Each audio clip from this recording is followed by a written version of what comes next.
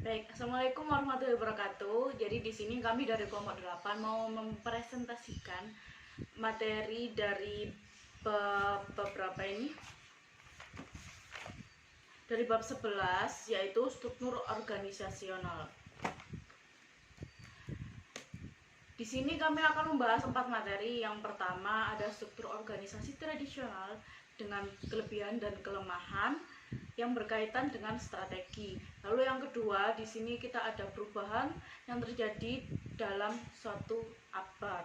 Yang ketiga, usaha-usaha awal untuk meningkatkan efektivitas struktur dari organisasi tradisional. Lalu yang keempat ada menciptakan organisasi virtual yang responsif. Jadi di sini saya Sukmawati dengan NIM 180301110 akan menjelaskan materi yang pertama yaitu struktur organisasi tradisional serta kelebihan dan kekurangan berkaitan dengan strategi. Di sini yang pertama ada struktur organisasi sederhana. Apa sih struktur organisasi sederhana itu? Struktur organisasi sederhana merupakan struktur yang dimana terdapat seorang pemilik dan biasanya ada beberapa karyawan dengan peraturan, tugas, tanggung jawab, dan komunikasi yang bersifat sangat informal, serta dicapai melalui supervisi secara langsung.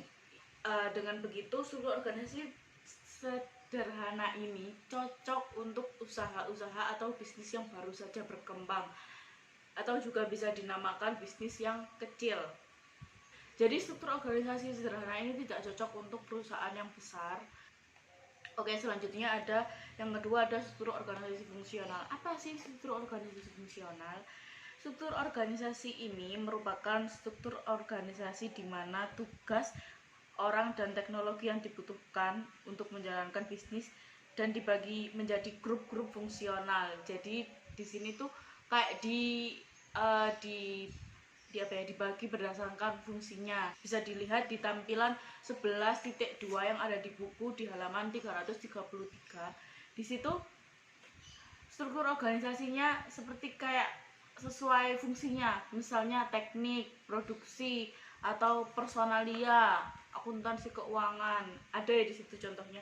Jadi kelebihannya itu ada banyak sekali, salah satunya mengembangkan keahlian fungsional. Jadi bagi kita yang misalnya aku nih bakatku ada di pemasaran, jika aku ditempatkan di keahlian yang sesuai fungsinya, maka aku akan berkembang di situ gitu. Kalau aku ditempatkan di bagian yang berbeda, misalnya di personalia, aku perlu belajar lagi karena aku belum pernah mempelajari dan belum pernah mencoba berada di personalia seperti itu.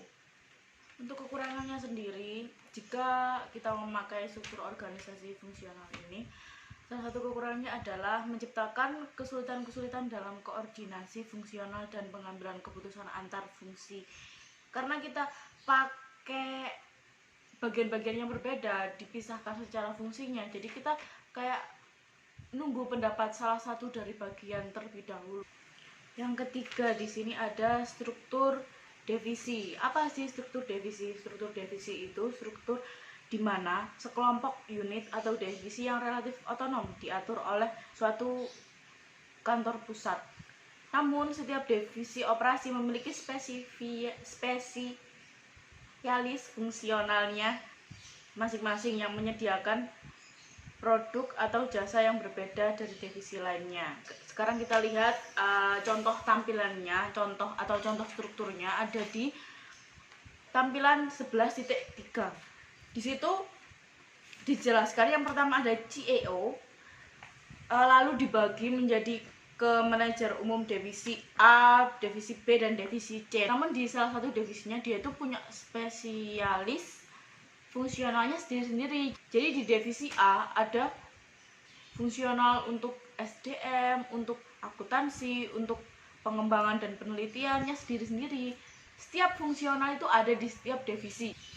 Untuk kelebihannya sendiri, salah satunya ada membebaskan CEO untuk mengambil keputusan strategis yang lebih luas. Namun ada juga kekurangannya. Kekurangan jika kita memakai strategi struktur organisasi ini, salah satunya adalah mengembangkan potensi persaingan yang di fungsional atau sumber daya tingkat korporat. Next akan dijelaskan oleh teman saya. Assalamualaikum warahmatullahi wabarakatuh. Saya akan melanjutkan presentasi dari Mbak Sukmawati. Nama saya Ellen Yolana, NIM 1801135. Di sini yang ketiga adalah struktur organisasi matriks. Struktur organisasi matriks sendiri berarti struktur di mana personil, fungsional, dan staf ditugaskan ke suatu bidang fungsional dasar ataupun kepada seorang manajer proyek atau produk.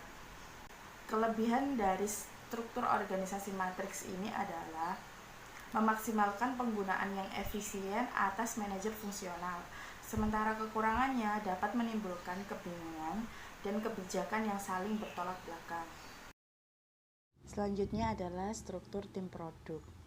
Struktur tim produk di sini yaitu struktur di mana menyediakan dan memperkuat fokus dari sumber daya yang ada pada produk proyek pasar pelanggan atau inovasi yang sempit namun penting secara strategis.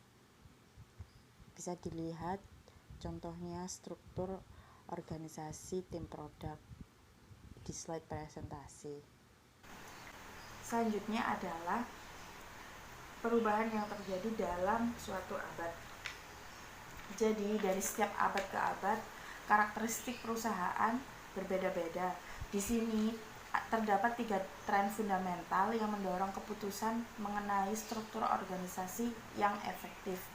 Yang pertama adalah globalisasi, yaitu era yang benar-benar di mana dunia menjadi terasa lebih sempit atau lebih kecil. Yang kedua adalah internet. Internet memberikan setiap orang dalam organisasi dari mulai CEO, karyawan, pemasok, pelanggan untuk bisa mengakses begitu banyak informasi secara instan dimanapun dan juga kapanpun. Yang ketiga adalah kecepatan pengambilan keputusan. Di sini teknologi atau digitalisasi berarti menghilangkan campur tangan manusia dari tugas yang paling utama, yaitu menggantikannya dengan sistem komputer ataupun jaringan. Terima kasih, selanjutnya akan dilanjutkan oleh Lulu Fatmawati. Nama saya Lulu Fatimawati. Di sini saya akan menjelaskan tentang usaha-usaha awal untuk meningkatkan efektivitas dari struktur organisasi tradisional. Usaha yang pertama yaitu mendefinisikan kembali peran kantor pusat korporat dan pengendalian pada dukungan dan koordinasi. Yang kedua yaitu menyeimbangkan permintaan untuk pengendalian atau diferensiasi dengan kebutuhan untuk koordinasi atau integrasi.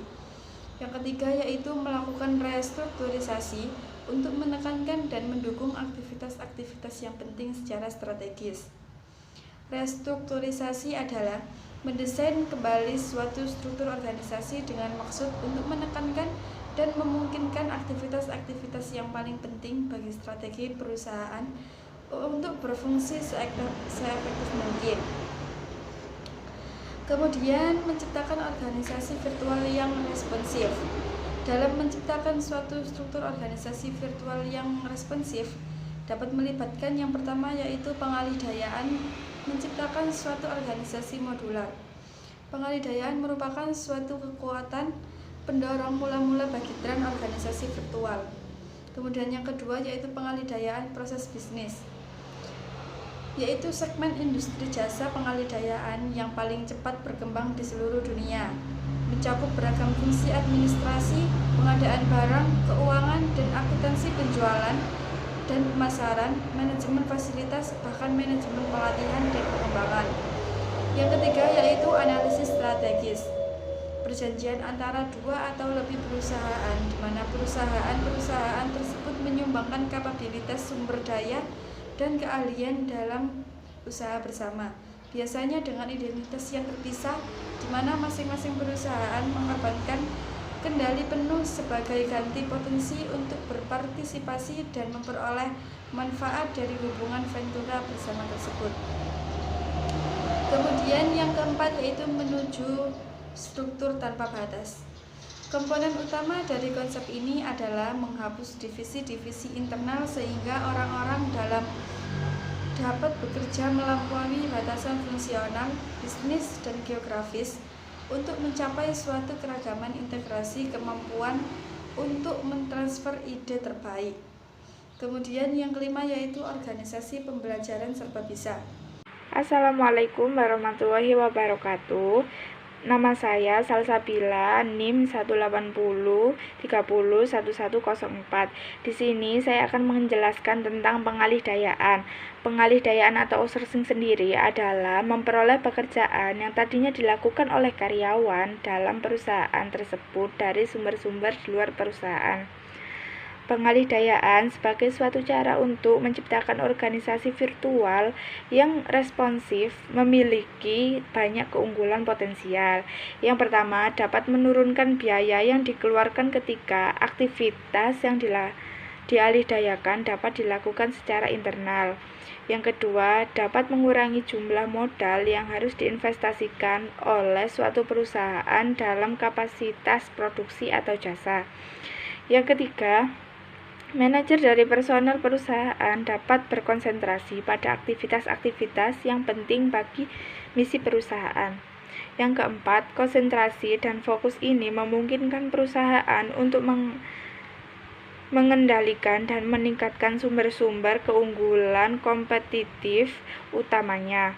Yang kelima, pemilihan yang hati-hati. Rekanan pengalih-dayaan memungkinkan perusahaan berpotensi untuk belajar dan mengembangkan kemampuannya melalui ide-ide dan kapabilitas yang muncul dari keahlian dan lingkup yang semakin berkembang atas pekerjaan yang dilakukan oleh rekanan pengalih-dayaan dan beberapa perusahaan. Di lain pihak, pengalih-dayaan juga memiliki beberapa kelemahan, yaitu yang pertama, menyebabkan hilangnya sebagian pengendalian dan merupakan suatu bentuk kebergantungan terhadap pihak luar. Yang kedua, pengalih-dayaan dapat menciptakan pesaing-pesaing masa depan. Yang ketiga, keterampilan yang penting pada produk ataupun jasa yang hilang. Yang keempat, pengalih-dayaan dapat menimbulkan reaksi negatif dari pihak publik dan investor. Yang kelima, menyusun perjanjian hukum yang baik, terutama untuk jasa, adalah pekerjaan yang sulit. Yang keenam, perusahaan mungkin terperangkap dalam kontrak jangka panjang pada biaya yang tidak lagi kompetitif. Yang ketujuh, biaya bukanlah segalanya. Bagaimana jika kelompok saya menawarkan harga terlalu rendah? Yang kedelapan, melakukan pengalih-dayaan dapat mengaruh pada peningkatan fragmentasi budaya kerja di mana pekerja berupah rendah akan menyelesaikan pekerjaan dengan sedikit inisiatif dan antusiasme. Sekian dari kelompok kami, kurang lebihnya kami minta maaf. Kami akhiri. Wassalamualaikum warahmatullahi wabarakatuh.